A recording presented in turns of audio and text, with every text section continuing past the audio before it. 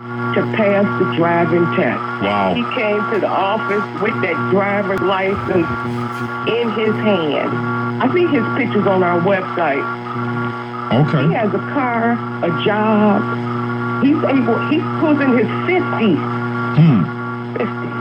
So this is something, because I just hate to see the fact that we talk about To Detroit, and it's so terrible, and it is so terrible. It's beyond terrible.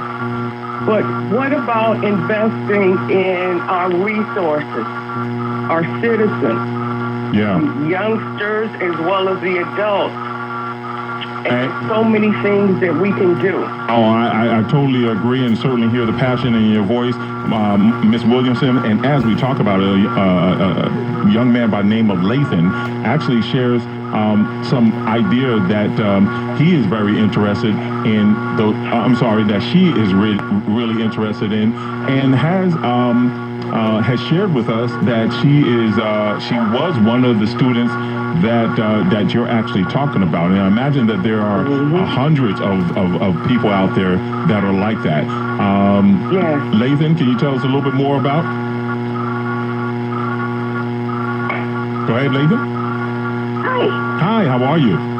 Fine. Good, thanks for joining the show. And so you were sharing that you were one of the students that... I was sharing, and I just want to encourage people, not to give up, because I'm going to tell you how I became illiteracy like that.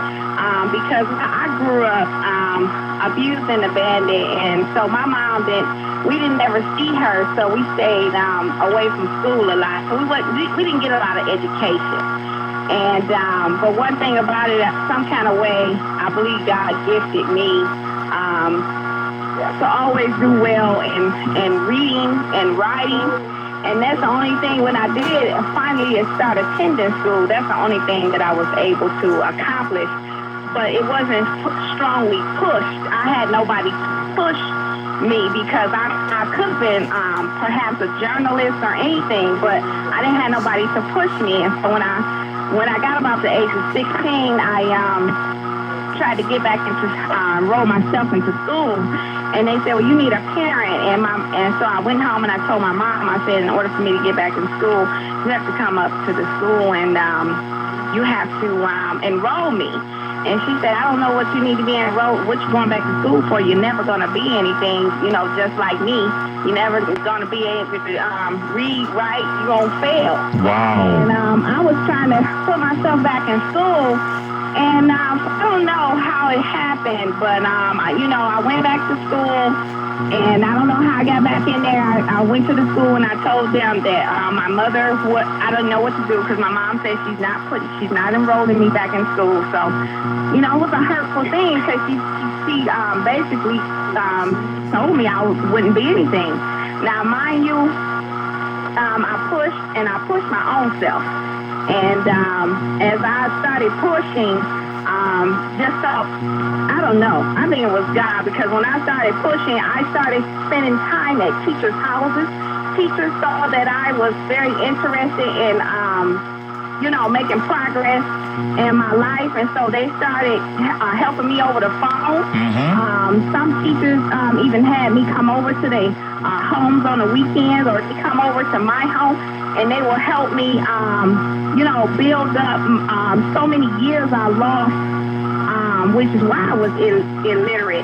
But you see, now I'm a published book author. I used to be a kindergarten teacher, and all of my children now are in college, and they all graduated with a 3.5. My son graduated with a 3.5 at Dearborn High School. My baby girl just graduated with a 3.3. And it's just like I came from nothing, from nowhere. No. And I'm here to, Yeah, I said that's excellent. That's the fact that you actually had that story to tell.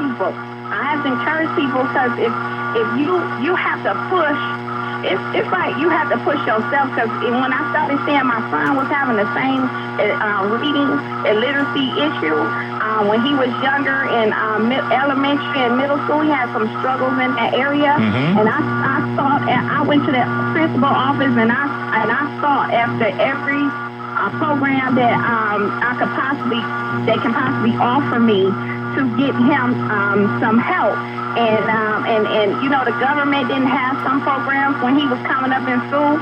But finally, when he got to the 8th grade, they told me, they said, Ms. Lathan, we have a program that we don't have to put your son in special education all day.